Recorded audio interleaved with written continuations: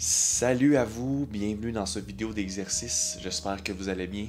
Je vais vous montrer aujourd'hui un mouvement de la cage, un mouvement naturel qui se combine au shift du bassin, ça fait un énorme bien à la colonne. Je vous montre ça à l'instant. Placez votre pied gauche vers l'avant, le genou un peu fléchi et le pied vers l'arrière. Le talon va pouvoir lever une fois de temps en temps quand vous allez faire l'exercice. On garde toujours le genou fléchi. Le bassin, lui, va aller vers la gauche et la cage vers la droite. C'est pour ça qu'on utilise le bras pour insister à la cage aller vers la droite, tandis que le bassin, lui, veut aller vers la gauche. C'est important que le bassin est vers la gauche.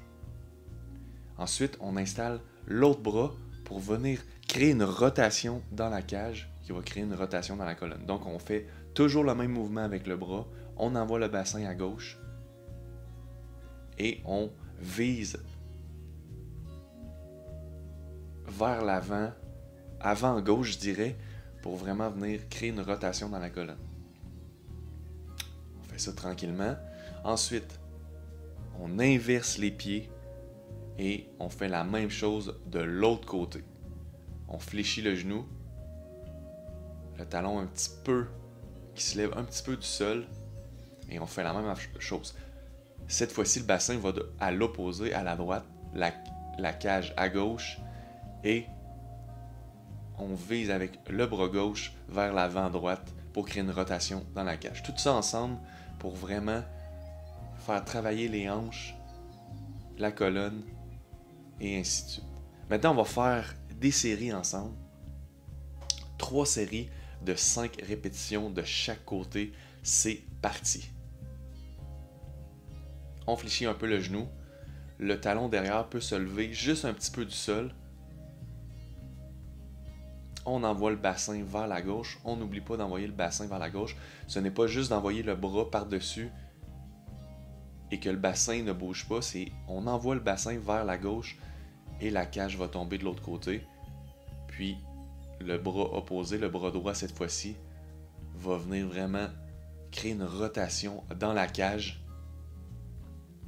pour ainsi faire beaucoup de mouvements dans la colonne. Même chose de l'autre côté. On fléchit un peu le genou droit. Et c'est parti. Vous voyez que mon talon à gauche lève un petit peu. Je fais travailler mon pied qui est en relation avec toute ma colonne, toutes mes hanches, mes épaules. Et une dernière fois. Parfait.